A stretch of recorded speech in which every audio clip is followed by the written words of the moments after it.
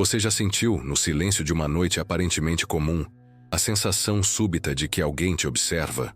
Não com medo, mas com uma estranha ternura, como se uma presença invisível tentasse tocar o seu ombro e dizer: estou aqui. Talvez tenha sido um perfume esquecido que se espalhou pelo ar, ou uma música antiga surgindo sem explicação, exatamente no instante em que você pensava em alguém que partiu. A maioria das pessoas ignora esses momentos, chamando-os de coincidências ou truques da mente enlutada. Mas e se não forem? E se cada sinal, cada sussurro e cada sonho forem, na verdade, um chamado, um pedido de socorro vindo de quem ainda tenta atravessar as fronteiras entre os mundos? Carl Jung dizia que o inconsciente é uma ponte, e não um abismo, uma passagem secreta onde vivos e mortos se encontram, trocando símbolos em vez de palavras. Talvez então aquilo que chamamos de espírito não esteja fora, mas dentro. Uma extensão da psique, tentando concluir o que ficou incompleto. A morte não interrompe, ela transforma. E é justamente nessa transformação que muitos se perdem.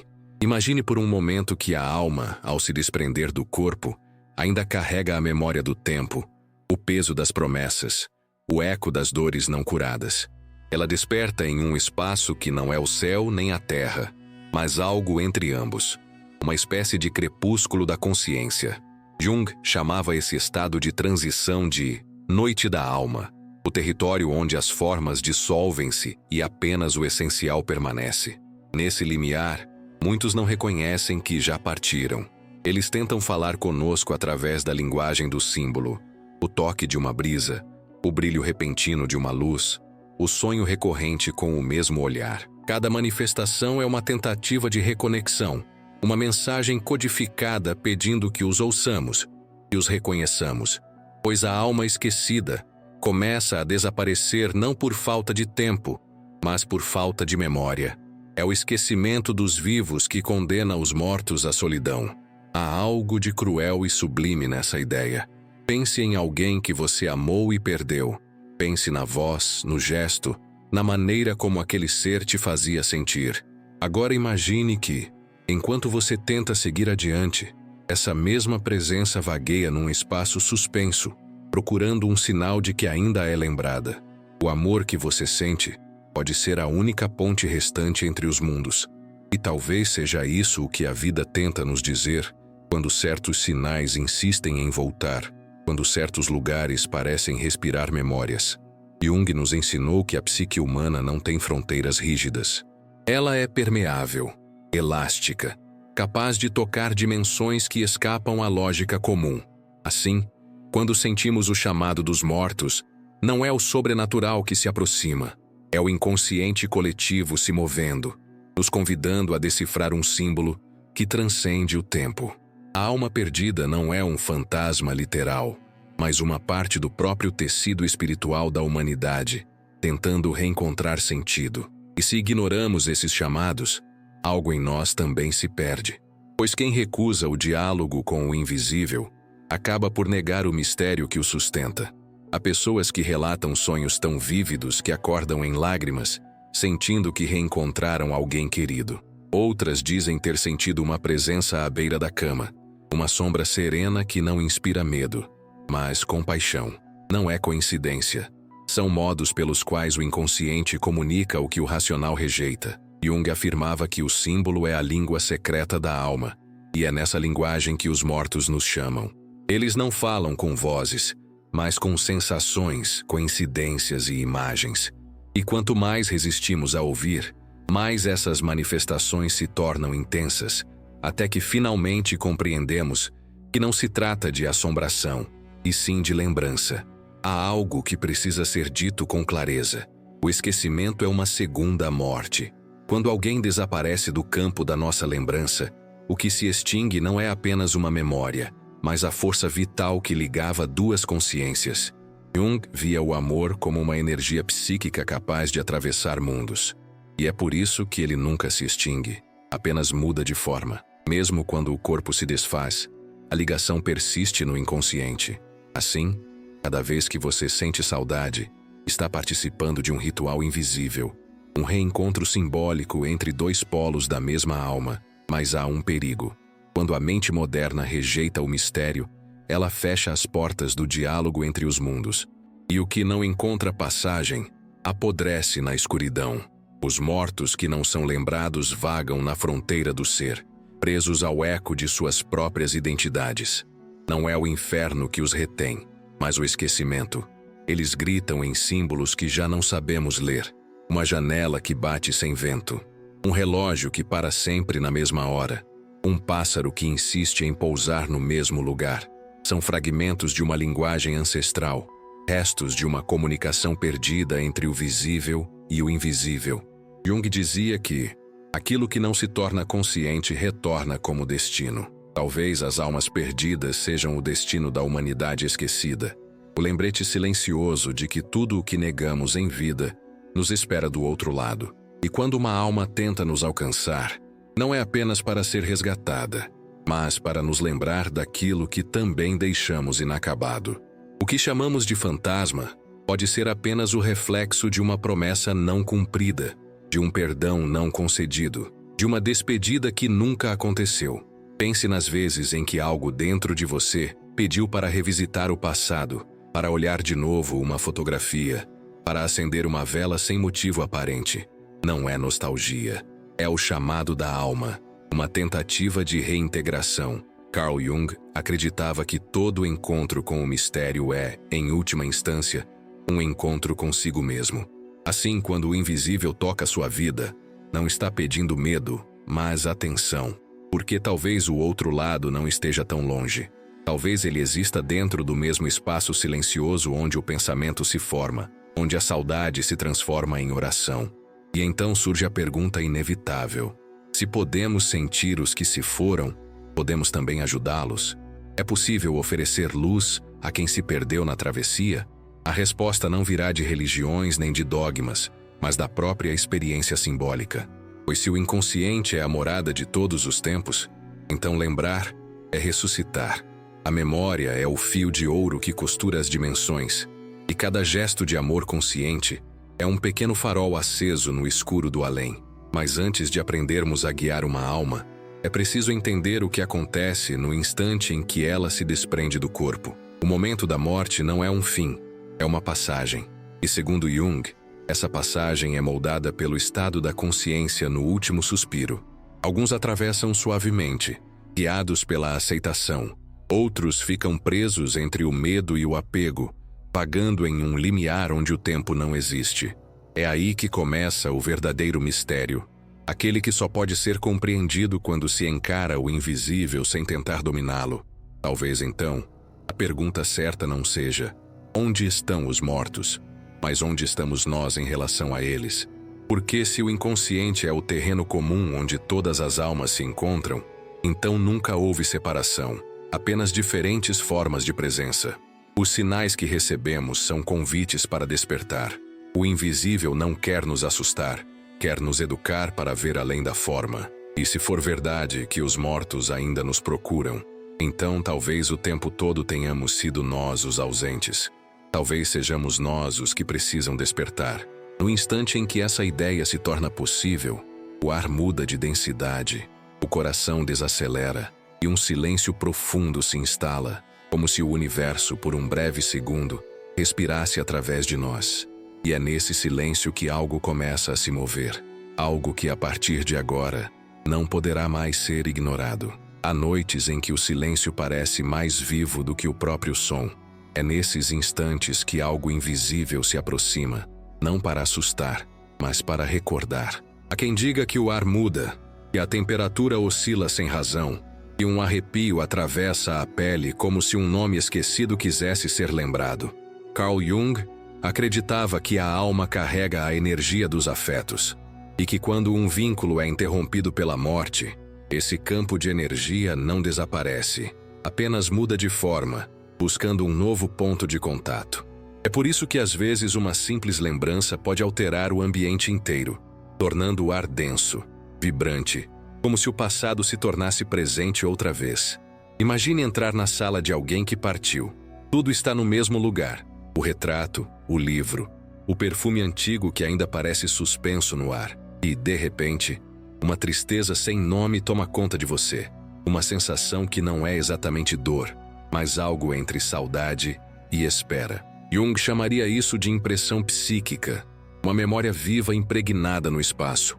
O ambiente retém a emoção, o gesto, o pensamento e devolve tudo em forma de atmosfera. Assim, quando sentimos o peso inexplicável de um cômodo, talvez estejamos tocando uma presença que ainda tenta se libertar do tempo. Certa vez, uma mulher me contou que desde que o pai falecera, o relógio da sala parava sempre às 22h14, a mesma hora em que ele costumava chegar do trabalho. Ela o consertava, trocava pilhas, chamava técnicos, mas o ponteiro sempre voltava a morrer exatamente no mesmo minuto. No começo, achava coincidência, até que uma noite sonhou com o pai sentado ao lado do relógio, olhando para ela com ternura. Ele não dizia nada, apenas sorria e apontava para o ponteiro parado. No sonho, ela entendeu o recado. Ele ainda estava tentando chegar em casa, ainda preso ao hábito de uma vida que já não existia. No dia seguinte, ela acendeu uma vela e, olhando para o relógio, disse em voz alta: "Pai, a casa está em paz. Você pode descansar." Na manhã seguinte, o relógio voltou a funcionar e nunca mais parou. Esses sinais não são invenções da mente. São mensagens cifradas, transmitidas pela linguagem simbólica que conecta o visível e o invisível. Jung dizia que o símbolo é a ponte entre o consciente e o inconsciente, e talvez seja através dele que os mortos ainda nos falam. Eles não falam em palavras, mas em coincidências, em vibrações, em pequenas rupturas no tecido do cotidiano. Quando o rádio liga sozinho, quando a luz pisca sempre na mesma hora, quando um pássaro pousa no parapeito e parece observar em silêncio, talvez não seja apenas acaso, mas um lembrete de que algo ainda precisa ser concluído. Há relatos que ecoam esse mesmo padrão. Um homem, por exemplo, perdeu sua esposa de maneira repentina e, durante meses, sentia um perfume leve de jasmim cada vez que pensava nela. O cheiro surgia em lugares improváveis, no metrô, no escritório, no meio de uma rua qualquer. Um dia, decidido a entender, ele acendeu uma vela e falou em voz baixa: "Se é você, me diga se está em paz." Naquela noite, sonhou com ela caminhando em um campo de flores brancas, sorrindo e dizendo apenas: "Agora posso ir." Depois disso, o perfume nunca mais apareceu. Não foi tristeza o que ele sentiu.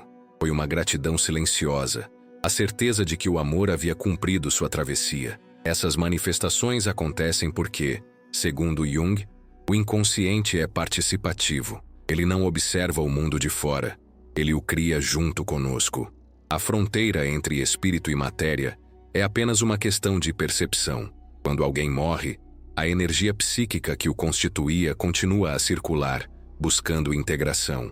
E se essa energia encontra resistência, seja por apego, culpa ou medo, ela se manifesta de forma simbólica, pedindo reconhecimento. É por isso que lugares amados pelos que partiram guardam uma estranha vitalidade. A casa, o jardim, o objeto preferido tornam-se extensões de uma alma em busca de redenção. Há uma história que sempre me comove. Um jovem perdeu o irmão mais novo em um acidente e, desde então, ouvia o som do videogame sendo ligado sozinho durante a madrugada.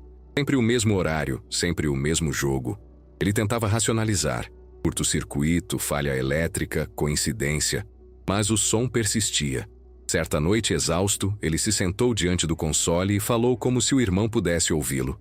"Eu sei que você quer continuar jogando, mas já venceu todas as fases. Pode descansar agora." Naquele instante, a tela piscou e o jogo travou, mostrando a palavra fim. O aparelho nunca mais ligou sozinho. Ele chorou não de medo, mas de alívio. Jung diria que, ao nomear o símbolo, o inconsciente encontra resolução. E talvez tenha sido exatamente isso. O espírito, enfim compreendido, pôde seguir sua jornada. O que nos une aos mortos é o mesmo que nos separa deles. O amor. É o amor que cria as pontes e as amarras. Uma mãe pode sentir a presença do filho anos após sua partida. Não porque ele está preso, mas porque ela ainda o mantém vivo dentro de si. E essa ligação, quando iluminada pela consciência, não aprisiona, liberta. Jung acreditava que a alma só encontra paz quando reconhece seus próprios símbolos. Por isso, Ao interpretar esses sinais com atenção e compaixão, não estamos lidando com fantasmas, mas com fragmentos de sentido pedindo integração. No entanto, há momentos em que o mistério se intensifica. Certos sinais não trazem consolo, mas inquietação. Sonhos recorrentes em que o falecido aparece confuso, chamando por ajuda, pedindo algo que não conseguimos compreender. Jung via esses sonhos como mensagens diretas do inconsciente coletivo, tentativas de reconciliação entre mundos. Uma mulher contou que sonhava com a mãe falecida parada na cozinha, mexendo uma panela vazia. Sempre a mesma cena, repetida por meses. Até que um dia percebeu que nunca havia preparado o prato favorito da mãe desde o enterro. No domingo seguinte, decidiu cozinhar aquela receita. Enquanto o aroma se espalhava pela casa, sentiu uma presença leve, como uma bênção silenciosa. Depois disso, o sonho nunca mais voltou. Era o símbolo sendo decifrado, o elo cumprindo sua função. O que chamamos de sobrenatural é, talvez, a linguagem profunda do inconsciente tentando restaurar o equilíbrio. A alma perdida não é um inimigo, mas um espelho. Ela reflete o que ainda não aceitamos. Quando sentimos medo dessas manifestações, é porque algo em nós teme o próprio mistério da continuidade. Jung dizia que aquilo que resistimos persiste, e é por isso que os sinais insistem até que sejam reconhecidos. Quando finalmente acolhemos a presença com amor, o fenômeno cessa. Não por exorcismo, mas por compreensão. Há uma beleza silenciosa em perceber que o além não é um lugar, mas um estado.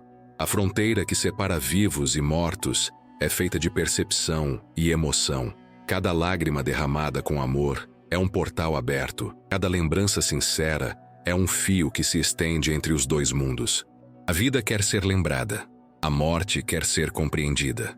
E quando ambas se unem no mesmo gesto de consciência, surge a reconciliação. Carl Jung via nesse processo não uma crença mística, mas uma verdade psicológica profunda.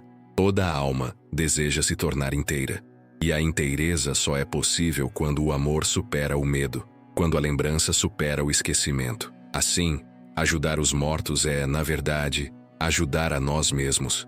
É reconhecer no outro aquilo que em nós também busca passagem. Há um instante, entretanto, em que os sinais deixam de ser simbólicos e tornam-se presença pura. Quando isso acontece, o ar parece vibrar, o tempo se suspende, e um silêncio vivo envolve tudo. Não há medo, apenas uma estranha certeza de que alguém está ali. É nesse ponto que o diálogo entre os mundos se abre de verdade, não através de palavras, mas de uma comunhão invisível, uma troca de energia que transcende o corpo. E é aqui que o mistério se aprofunda. Porque nem todos os que chamam desejam apenas consolo. Alguns pedem libertação, outros trazem mensagens que mudam para sempre o destino de quem as recebe. Há sinais que não cessam até que a verdade oculta seja revelada, até que um segredo venha à luz. E é exatamente aí que a história começa a se tornar perigosa. Porque quando o invisível decide ser ouvido, nada permanece igual. Há momentos em que o invisível não pede mais permissão para se manifestar. Ele simplesmente atravessa o cotidiano, desmontando a lógica do possível e nos obrigando a olhar para algo que não compreendemos, mas sentimos com uma clareza quase dolorosa. Quando um sinal se repete, quando o improvável se torna insistente, é porque o véu entre os mundos começou a se desgastar. Jung dizia que as coincidências significativas, as chamadas sincronicidades, são a forma que o inconsciente encontra de dialogar com o real. Não são eventos aleatórios, mas manifestações simbólicas de uma necessidade profunda de sentido. E talvez, nesse momento, o universo inteiro esteja tentando nos dizer algo que não cabe mais no silêncio.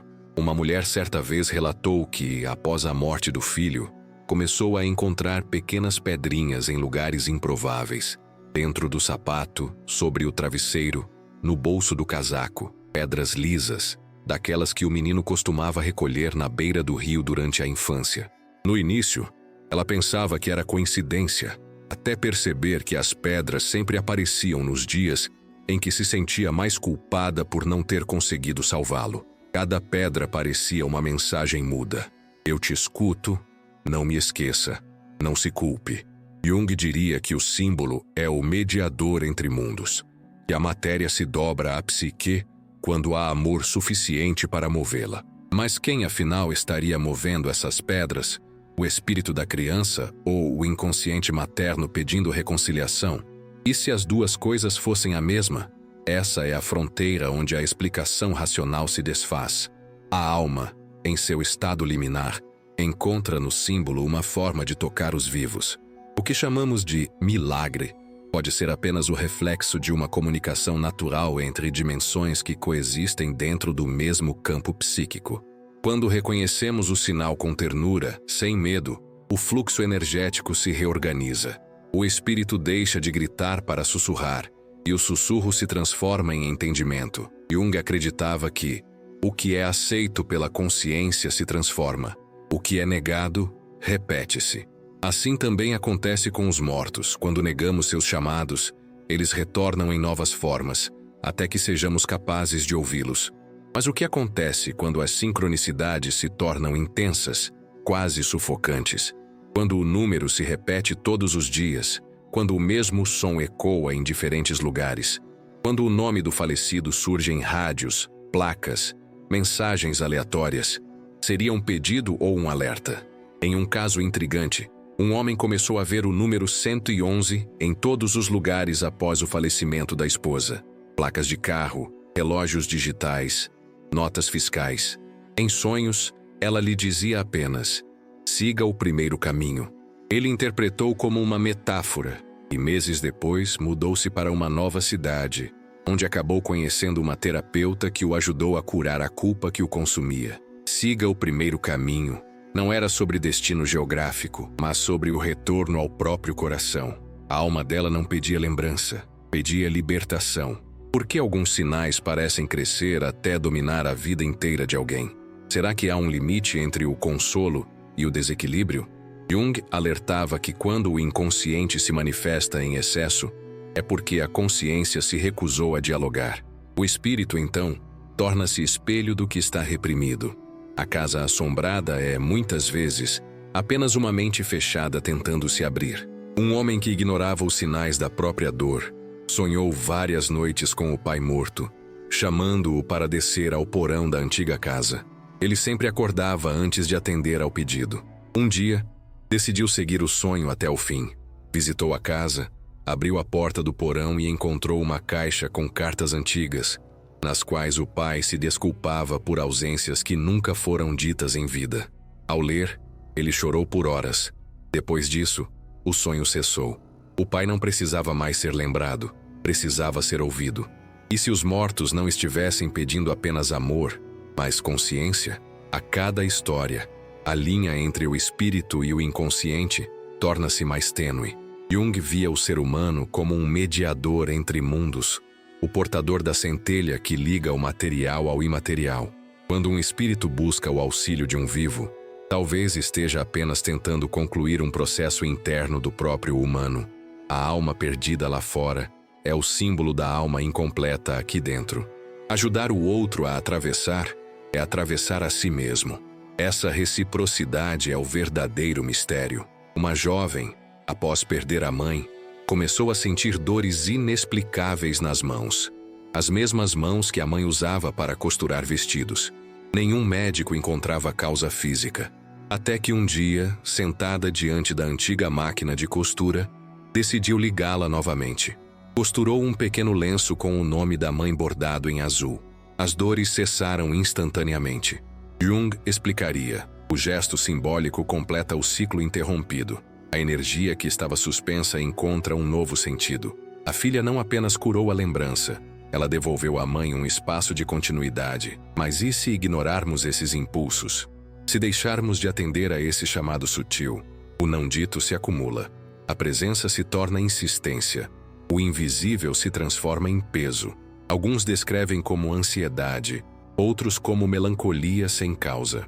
O que realmente acontece é que a comunicação entre as dimensões foi interrompida, e a alma busca novas formas de se expressar. Jung chamava esse fenômeno de autonomia do símbolo. Quando o símbolo ganha vida própria e passa a agir de modo independente, tentando forçar a consciência a despertar. É por isso que certas experiências espirituais parecem invasivas. Não é o além que nos persegue, é o nosso próprio inconsciente exigindo passagem. E se cada alma que te procura fosse, na verdade, uma parte sua tentando voltar para casa? A ideia pode parecer ousada, mas faz sentido à luz da psicologia junguiana. A psique não se limita ao indivíduo. Ela se expande como um campo coletivo, onde todas as experiências humanas coexistem. Assim, uma alma que pede ajuda é uma faceta do grande inconsciente coletivo tentando restaurar equilíbrio. Quando respondemos com compaixão, não estamos apenas libertando um espírito. Estamos curando uma porção adormecida da humanidade. E ao fazer isso, a nossa própria alma se torna mais ampla, mais lúcida, mais viva. Certa noite, um terapeuta contou que, após anos ouvindo relatos de luto, começou ele mesmo a ter visões de pacientes que já haviam morrido. Eles apareciam em silêncio, apenas observando, como se esperassem ser lembrados. No início, ele temeu estar enlouquecendo. Depois percebeu que aquelas aparições cessavam sempre que uma história de perdão era concluída em sessão. As almas pareciam encontrar paz através da palavra. Jung diria que o terapeuta havia se tornado um mediador do inconsciente coletivo, um psicopompo moderno, alguém capaz de acompanhar os mortos simbólicos rumo à consciência. Mas o que acontece quando o mediador começa a ser chamado demais?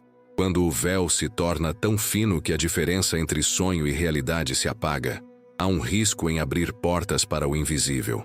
Jung advertia: quem olha por tempo demais para o abismo, acaba sendo olhado por ele. O mesmo dom que liberta pode também aprisionar. É preciso discernimento, equilíbrio, humildade. Nem toda alma quer ajuda. Algumas apenas refletem nossas próprias sombras. Reconhecer isso é essencial para não se perder no labirinto do invisível. A escuta amorosa deve vir acompanhada de fronteiras claras, ou o peso das almas pode se tornar insuportável. Talvez o verdadeiro aprendizado seja compreender que a morte não pede culto, mas continuidade. Não quer que aprendamos em rituais, mas que a transformemos em sabedoria. Cada sincronicidade é um lembrete. Ainda estamos conectados. Cada coincidência significativa é um convite para lembrar que o mundo é maior do que parece. Jung chamava isso de luminoso. A presença do sagrado em cada evento que nos escapa à razão. E se o sagrado não estiver no além, mas exatamente aqui, no intervalo entre o que sentimos e o que compreendemos, nesse ponto, o mistério deixa de ser externo. O que antes chamávamos de sinais do além torna-se parte da linguagem da alma desperta. Já não é necessário esperar o relógio parar, a luz piscar, o sonho se repetir. A comunicação torna-se interior, silenciosa, serena. A presença dos mortos se transforma em sabedoria viva, em força que orienta. Quando o coração finalmente entende, o mundo inteiro muda de frequência. Mas antes que essa harmonia se estabeleça, há um último passo. Aquele em que a alma decide, conscientemente, atravessar. E é nesse instante que o verdadeiro contato acontece. Não como visão, nem como voz, mas como uma sensação indescritível de que tudo, absolutamente tudo, está unido. E é justamente aí, nesse ponto de dissolução e revelação, que algo inesperado começa a emergir. Porque quando pensamos ter compreendido o mistério muda de forma. E talvez, na próxima parte, ele não venha mais de fora. Talvez venha de dentro. Há algo de profundamente humano na incapacidade de deixar o mundo para trás. A alma, ao se desprender do corpo, ainda sente a textura das paredes, o cheiro da casa, o calor das vozes que a nomearam. É como se uma parte dela permanecesse de joelhos diante do tempo, recusando-se a admitir que o amor também precisa aprender a soltar. Jung dizia que o apego à matéria é a sombra do espírito. Quanto mais a alma teme perder o que ama, mais se confunde com aquilo que já não lhe pertence. E é nessa confusão que muitos permanecem presos entre dois mundos. Não por castigo, mas por excesso de amor. Uma mulher certa vez relatou que, após o falecimento da mãe, sentia o som de passos leves pelo corredor sempre que se aproximava da cozinha. As panelas tilintavam sozinhas. O cheiro de café se espalhava mesmo sem fogo aceso. Ela acreditava ser sua imaginação, até que, em um amanhecer, encontrou sobre a mesa um pequeno bilhete escrito com a caligrafia antiga da mãe. Não se esqueça de comer. O papel parecia envelhecido, como se tivesse atravessado o tempo. Nenhum parente reconheceu o objeto. Nenhum amigo havia estado na casa. A mulher chorou por horas, compreendendo que a presença não era maldade nem assombração. Era cuidado. A alma da mãe ainda tentava alimentar a filha, prisioneira de um amor que não sabia morrer. Mas o que acontece quando o amor se torna prisão? Quando o vínculo, ao invés de elevar, impede a travessia? Jung acreditava que a verdadeira libertação só acontece quando o amor é devolvido à consciência, transformado em compreensão. Enquanto a emoção se mantém bruta, ela gera sombra, e a sombra busca expressão. Assim nascem as casas que choram, os objetos que se movem, as janelas que se abrem sem vento. São sinais de que o sentimento ultrapassou o limite da forma e pede tradução simbólica. E se o medo de perder fosse mais forte do que o próprio instinto de seguir? Um caso curioso narrado por um terapeuta mostrava como o apego pode aprisionar até as intenções mais puras. Um pai devotado, após morrer repentinamente, começou a ser percebido pela filha pequena em sonhos. Ela dizia que o pai vinha todas as noites ajeitar o cobertor e cantar a mesma música de ninar. O problema é que, a cada manhã, a menina acordava exausta, com olheiras profundas como se não tivesse realmente dormido. A mãe, desesperada, procurou ajuda. Orientada a conversar com a presença, ela acendeu uma vela e falou: "Você não precisa mais cuidar dela como antes. Agora é a minha vez. Vá em paz." Naquela noite, a menina dormiu tranquila pela primeira vez em meses. O amor do pai era real, mas estava distorcido pelo medo de partir. O gesto de despedida libertou os dois. Há um aspecto curioso nas almas que permanecem. Elas não percebem o tempo como nós. 1 minuto pode equivaler a 1 século. 1 século pode durar o piscar de um olhar. Jung dizia que o inconsciente não conhece tempo, ele apenas é. Assim, uma alma presa à culpa pode reviver indefinidamente o instante da falha, tentando consertar o que não pode mais ser mudado. Essa repetição é o inferno simbólico, o círculo que só se rompe quando a consciência aceita olhar para o erro sem punição. Mas será que o arrependimento pode ser tão forte a ponto de anular a própria morte? Um homem de meia-idade relatou que, durante anos, sonhava com o amigo que havia traído no passado. No sonho, o amigo aparecia sempre à porta de um bar, pedindo uma explicação. Cansado da culpa, o homem procurou o túmulo e falou em voz alta o que nunca dissera em vida. Chorou, pediu perdão, prometeu mudar. Na noite seguinte, sonhou novamente com o amigo, mas dessa vez ele estava sentado, sorrindo, com um copo nas mãos. "Já passou", disse. O sonho nunca mais voltou. Jung chamaria isso de integração da sombra, o momento em que o que era dor se transforma em consciência. Talvez o perdão seja a chave de toda a travessia, tanto para os vivos quanto para os mortos. E se o inferno não fosse um lugar, mas um estado mental que carregamos conosco até o fim? Há almas que não atravessam simplesmente por medo. Medo de punição, medo do vazio, medo de um Deus que imaginaram severo. Elas se escondem na própria consciência, como crianças assustadas que quebraram algo precioso e temem ser descobertas. Jung dizia que aquilo que mais tememos é o que mais precisamos conhecer. E é justamente por isso que o medo se torna prisão. Ele mantém a alma girando em torno da própria sombra. Um relato vindo da Europa no início do século XX descreve um fenômeno impressionante. Uma vila inteira dizia sentir uma presença noturna nas colinas. Luzes se moviam sozinhas, e o vento trazia uma canção de lamento. Após uma investigação cuidadosa, descobriu-se que um antigo mosteiro destruído pela guerra havia sido erguido exatamente naquele local. Documentos encontrados nos escombros revelavam que os monges acreditavam ter pecado por abandonar o templo durante os bombardeios. O som que as pessoas ouviam era o eco coletivo de uma culpa não resolvida. Quando o local foi restaurado e uma cerimônia simbólica de perdão foi feita, os sons cessaram. Jung chamaria isso de cura arquetípica, quando a coletividade, Ao reconhecer um trauma, devolve paz às consciências que o originaram. Por que é tão difícil aceitar que somos dignos de amor, mesmo depois da morte? Talvez porque tenhamos aprendido a confundir justiça com castigo. As almas temem o julgamento que projetaram, não o que realmente existe.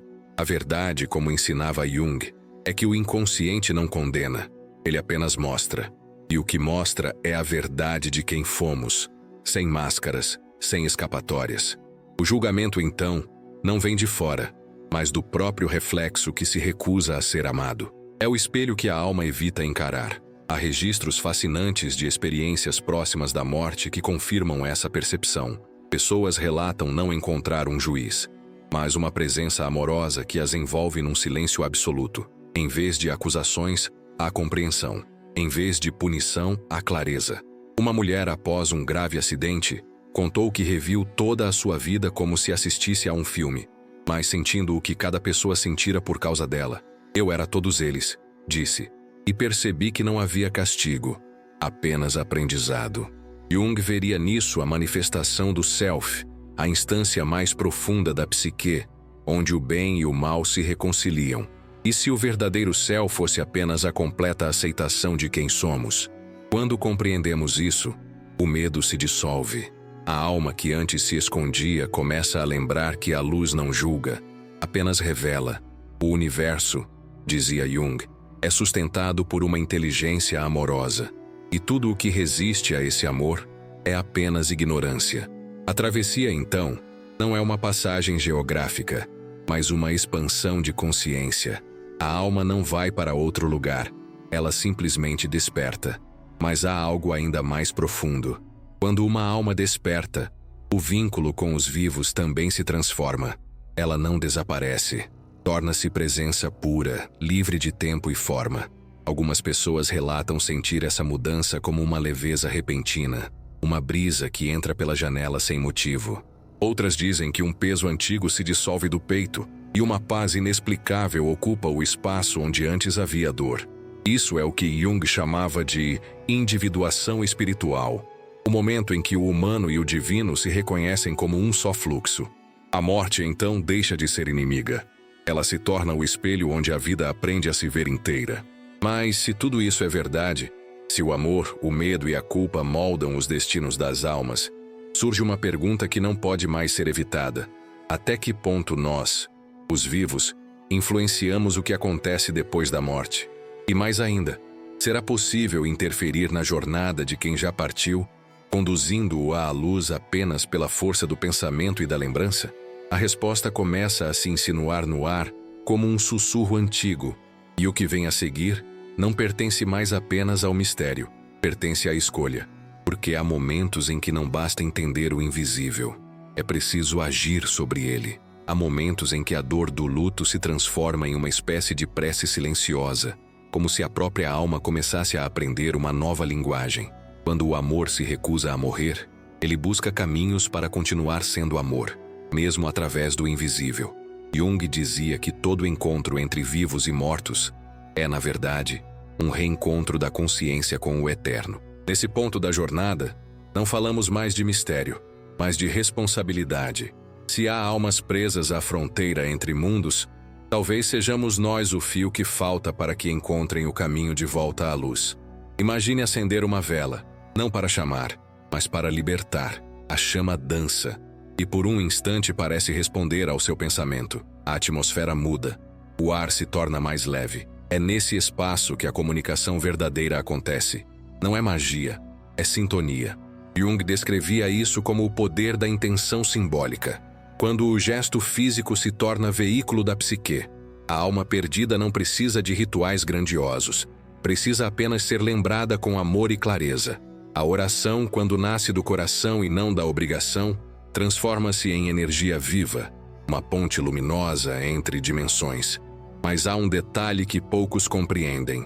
Orar pela alma não é retê-la, é deixá-la ir. Quando dizemos "fique comigo", ela permanece atada ao campo emocional do enlutado, dividida entre o desejo de seguir e a necessidade de consolar. É preciso dizer o oposto. Vá em paz, eu te libero. Essas palavras pronunciadas com consciência funcionam como chaves. Elas abrem a passagem, dissolvem o medo. Jung afirmava que a psique reage à verdade como o corpo reage ao oxigênio. Quando uma alma escuta a permissão que esperava, algo se ilumina nela, e misteriosamente, algo também se ilumina em nós. Mas e se a alma não quiser ir? Em certas situações, há resistência. Um jovem que havia perdido a irmã em um acidente contava que sentia a presença dela sempre ao seu lado. O quarto exalava o perfume que ela usava, e músicas antigas começavam a tocar sozinhas no rádio. No início, ele achava reconfortante. Depois começou a sentir cansaço constante, como se algo sugasse sua energia. Ao conversar com um orientador espiritual, ouviu o conselho que mudaria tudo. Ela não está te visitando. Está tentando continuar vivendo através de você. Naquela noite, ele falou em voz alta: "Eu te amo, mas você precisa ir." Chorou até dormir. Na manhã seguinte, a casa estava silenciosa. Nenhum cheiro, nenhuma música. Apenas uma paz profunda. Às vezes, amar é deixar partir. Esses episódios mostram que a fronteira entre amor e apego é mais delicada do que pensamos. Jung via o apego como uma prisão construída por medo. O medo de não ser mais inteiro sem o outro. Mas quando soltamos, o amor não se desfaz. Ele se expande, ultrapassando a forma e se tornando presença. Por isso, a comunicação consciente com os mortos é, em essência, um diálogo com a eternidade. Não é preciso voz, apenas intenção. Dizer mentalmente: "Vá, eu te libero", tem o poder de romper o laço energético que mantém o espírito preso ao plano terreno. Mas há algo ainda mais forte do que o amor: o perdão. Ele atua como fogo e como cura. Muitos que se foram carregam culpas não resolvidas, feridas que continuam sangrando do outro lado. E o mais surpreendente é que o perdão, quando verdadeiro, atravessa qualquer distância.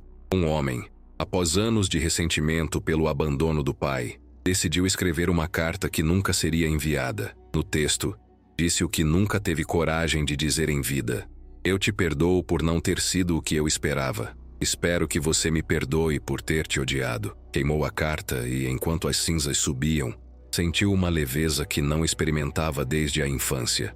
Naquela noite, sonhou com o pai sorrindo. Nenhuma palavra foi dita, apenas o olhar e a sensação de encerramento. Jung diria que o símbolo do fogo operou a transformação psíquica, convertendo culpa em compreensão.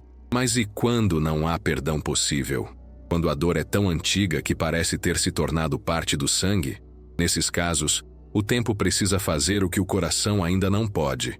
Mesmo assim, uma pequena brecha de compaixão já é suficiente. Não se trata de absolver, mas de compreender que todos agiram com o nível de consciência que possuíam. O perdão é a forma mais pura de libertação, tanto para quem o concede, quanto para quem o recebe. O vínculo se dissolve, e o que antes era ferida, torna-se passagem. Jung via isso como o ponto máximo da individuação, quando o ser humano entende que não há inimigos, apenas espelhos. À medida que essas práticas se tornam parte da vida, algo muda na própria percepção da morte. Ela deixa de ser o fim e se torna a transição. As lágrimas que antes eram de perda passam a ser de reverência. E é nesse estado de entrega que as experiências mais improváveis acontecem. Há relatos de pessoas que, após orar pela libertação de um ente querido, sentiram uma presença luminosa atravessar o ambiente. Não uma aparição física, mas uma vibração intensa. Um calor que parecia abraçar o corpo inteiro. Dura segundos, mas deixa uma paz que nenhuma palavra descreve. Jung chamaria isso de manifestação do self, o encontro momentâneo entre a alma individual e a totalidade. Mas e se esse contato for o início de algo maior? Um professor aposentado contava que, após meses orando pela esposa falecida, começou a ter sonhos em que ela lhe ensinava conceitos que ele nunca estudara. Ele anotava tudo, e ao pesquisar, descobria correspondências exatas em textos filosóficos antigos. Era como se ela continuasse me educando, disse. O inconsciente coletivo, segundo Jung, possui acesso a todo o conhecimento simbólico da humanidade. Talvez, ao se libertar, a alma da esposa tenha se tornado canal dessa sabedoria. As fronteiras entre os mundos não são barreiras, mas membranas permeáveis. Essas experiências mostram que a relação entre vivos e mortos é, antes de tudo, pedagógica. Os mortos nos ensinam a viver. Ensinaram o professor a aprender sem medo. Ensinaram o jovem a soltar. Ensinaram a mulher a reconhecer o cuidado no silêncio. Cada alma liberta devolve um fragmento de luz à consciência humana. Jung afirmava que o inconsciente busca incessantemente a totalidade. E é isso que a morte tenta nos mostrar. E nada realmente se perde, apenas muda de forma até ser compreendido. Mas ainda resta um mistério, e talvez o mais perigoso de todos. Alguns que tentam ajudar acabam sendo sugados pelo próprio processo. Há relatos de pessoas que, ao se envolverem demais com o resgate espiritual, começaram a sentir uma presença constante, como se tivessem atraído para si mais do que podiam sustentar. Jung alertava: aquele que desperta o inconsciente deve estar preparado para ser despertado por ele. Isso significa que, ao entrar em contato com o invisível, também somos observados, tocados, transformados. Não há neutralidade. A compaixão precisa vir acompanhada de discernimento. Certa vez, uma jovem tentou libertar a alma da avó com orações diárias. Após semanas, começou a sonhar que ambas estavam presas dentro da mesma casa, batendo nas janelas sem conseguir sair. O sonho se repetia até que ela percebeu. Estava orando por apego, não por amor. Na noite em que finalmente disse: "Eu te deixo ir", a avó lhe sorriu no sonho e desapareceu. O ciclo estava completo. O risco do resgate é o mesmo da cura. Se feito sem consciência, torna-se cadeia. Ajudar uma alma, portanto, é também uma forma de autoconhecimento. Cada vela acesa ilumina não só o caminho do outro, mas as próprias sombras. Cada oração sincera dissolve algo dentro de quem ora. Jung acreditava que o inconsciente coletivo responde ao gesto simbólico do amor como um eco cósmico. O bem nunca se perde, ele reverbera. E talvez essa seja a verdadeira finalidade de tudo. Descobrir que, ao salvar o outro, estamos, na verdade, salvando a nós mesmos. Mas há algo que ninguém espera. Quando o coração aprende a libertar, o universo responde com um último sinal. E ele nunca vem de fora. Vem de dentro, como uma lembrança que não pertence a esta vida. Como uma voz que diz: "Agora você também está pronto." E nesse instante, a linha entre o mundo dos vivos e o dos mortos se desfaz completamente. O que resta é o silêncio. E dentro dele, uma promessa de revelação. Porque a travessia, como Jung ensinava, nunca termina. Ela apenas muda de direção. E o que está prestes a acontecer na última parte não é uma despedida, é o despertar. Tudo o que foi dito até aqui converge para um único ponto. E ele pulsa dentro de você neste exato instante. Não existe separação real entre o que vive e o que partiu. O que chamamos de morte é apenas uma mudança de linguagem, um deslocamento da consciência para outro plano da mesma existência. Jung dizia que o espírito humano é um rio que não conhece margens. Ele flui, muda de curso, mas nunca desaparece. Assim também é o amor. Ele atravessa o tempo, a carne, o esquecimento e retorna sempre à fonte de onde veio.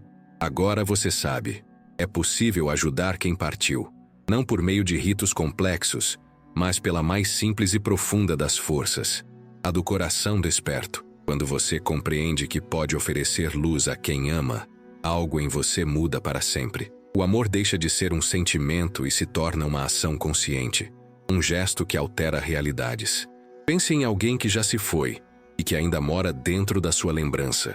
Talvez essa pessoa precise, neste momento, de algo que só você pode dar: permissão. Diga mentalmente, com ternura e coragem: "Eu te amo, e por isso te deixo seguir." Essas palavras são chaves que abrem portais invisíveis. Você não está falando com o passado, está falando com a eternidade. Mas a transformação não acontece apenas do outro lado. Ela começa aqui. Quando você aprende a soltar, o peso da ausência se transforma em presença sutil. O luto se torna aprendizado. A dor vira sabedoria. Jung dizia que toda perda é uma iniciação. Ela nos ensina a ver com os olhos da alma, e não apenas com os olhos do corpo. É isso o que estamos aprendendo. a continuar amando sem precisar possuir, a continuar lembrando sem precisar reter. Quando essa compreensão floresce, o medo da morte começa a se dissolver e o sentido da vida se amplia. Você pode começar agora, sem cerimônia, sem esperar o momento ideal. Feche os olhos e respire profundamente. Imagine a pessoa amada cercada por uma luz suave, branca, que vibra de dentro para fora. Diga mentalmente que você encontre paz, que siga seu caminho com leveza e que saiba que o amor entre nós continua. Essa simples prática tem o poder de mudar destinos. Jung acreditava que a energia psíquica segue a direção do pensamento. O que é emitido com amor, alcança. E o que alcança, transforma. Mas há algo ainda mais profundo. Quando você ajuda uma alma a atravessar, o universo responde. Pequenas sincronicidades começam a surgir. Um perfume que aparece do nada. Uma canção antiga tocando no momento exato. Um sonho que deixa o coração em paz. Esses sinais não são coincidências, são confirmações. É a maneira que o invisível encontra de agradecer. E se prestar atenção, vai perceber que essa gratidão não vem apenas do outro lado, ela vem de dentro. A alma que você ajuda é, em parte, a sua própria alma se libertando das correntes da culpa, do medo e da finitude. Há também um efeito inesperado. A vida ao redor começa a mudar. Você se torna mais sensível, mais atento aos gestos, mais paciente com as dores alheias. Passa a enxergar o mundo como uma rede viva, onde tudo o que é curado em um ponto repercute em todos os outros. Jung chamava isso de participação mística, o estado em que a consciência individual se reconhece parte de uma totalidade maior. Cada oração, cada ato de perdão, cada palavra de amor dita com intenção sincera, contribui para o equilíbrio do todo. O que você faz por um ser amado reverbera em milhares. Mas e se cada um de nós fosse, sem perceber, um guardião da travessia? Pense nisso. Talvez o sentido de estar vivo seja exatamente este: ajudar os que vieram antes e preparar caminho para os que virão depois. A morte não interrompe a corrente, ela apenas a amplia. Quando você acende uma vela, quando perdoa, quando fala com ternura o nome de alguém que já partiu, está participando de uma obra invisível que mantém o universo em movimento. Você se torna ponte, e ser ponte é a mais nobre forma de existir. Há pessoas que afirmam ter sentido essa mudança de forma quase física. Uma mulher, depois de meses de orações silenciosas pelo irmão falecido, sonhou com ele sorrindo à beira de um rio. Ele disse apenas: "Agora posso atravessar." Ao acordar, ela sentiu que algo também atravessara dentro dela. Um medo antigo, uma rigidez, um ressentimento. Era como se ambos tivessem se libertado juntos. Isso é o que Jung chamava de alquimia da alma. O processo em que a transformação de um ser repercute na transformação de outro. Mas e quanto a nós, que continuamos aqui? Como aplicar tudo isso na vida cotidiana? A resposta é simples e imensa ao mesmo tempo. Viva como se cada gesto fosse uma oração. Trate os outros como se fossem almas em travessia, porque de fato são. Escute, perdoe, abrace, diga o que precisa ser dito. Ajudar um morto a encontrar a luz é nobre, mas ajudar um vivo a reencontrar o sentido é igualmente sagrado. Jung afirmava que o inconsciente fala através das relações humanas. Cada encontro é um espelho do que precisa ser curado. O que você faz com amor, faz em nome de todos os mundos. E se ao final, a própria morte for apenas um retorno para casa, então toda a vida é uma longa viagem de lembrança. Cada alma que você liberta, cada perdão que concede, cada lágrima que transforma em oração, te aproxima dessa lembrança primordial. Tudo está conectado, e o amor é o único idioma que nunca se perde. Agora respire e permita que esse pensamento se torne verdade dentro de você. O amor que você sente por quem partiu não acabou. Ele apenas mudou de forma. Continue falando com eles. Continue enviando luz. Continue perdoando, lembrando e aprendendo. Porque cada vez que faz isso, você também se cura. E quando chegar o seu próprio momento de atravessar, não haverá escuridão, apenas reconhecimento. Você verá rostos amados, ouvirá vozes familiares e entenderá que nada do que viveu foi em vão. Tudo era parte de uma mesma história, a história da alma se descobrindo infinita. Jung dizia que a morte é o despertar mais profundo da vida. Quando ela chegar, você não irá embora. Apenas abrirá os olhos para um mundo que sempre esteve aqui, esperando ser visto. Se essa jornada tocou algo em você, se despertou lembranças, paz ou coragem, deixe isso se manifestar. Compartilhe sua experiência nos comentários, mesmo que de forma anônima. Escreva o nome de quem você deseja libertar. Envie uma prece. Conte o que sentiu. Cada palavra aqui será uma centelha de luz que ajudará outra alma a encontrar o caminho. Curta este vídeo se ele fez sentido para você. Inscreva-se no canal para continuar explorando comigo os mistérios da consciência, da vida e da morte sob a visão profunda de Carl Jung. Ative o sininho, porque a próxima jornada revelará o que acontece quando uma alma finalmente desperta e retorna à origem. Lembre-se, o amor não termina com a morte. Ele muda de forma, atravessa mundos e continua agindo através de você. E talvez, nesse exato momento, alguém, em algum lugar, esteja sentindo essa luz chegar.